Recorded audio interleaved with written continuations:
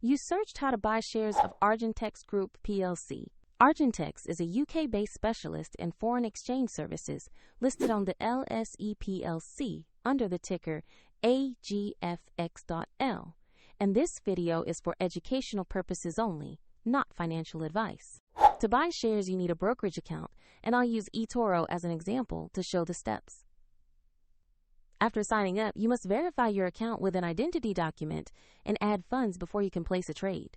Use the platform search and enter the ticker AGFX.L to locate Argentex. Select the result that clearly lists Argentex Group Plc to open the stock page. On the stock page, check the basic company information and the price chart to confirm this is Argentex Group Plc.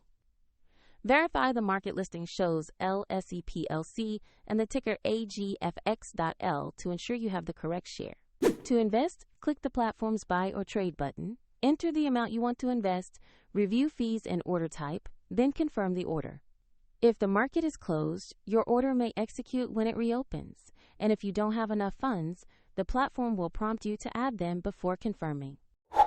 After purchase, your new position will appear in your portfolio where you can monitor it. A link to eToro is provided in the description if you want to visit the platform.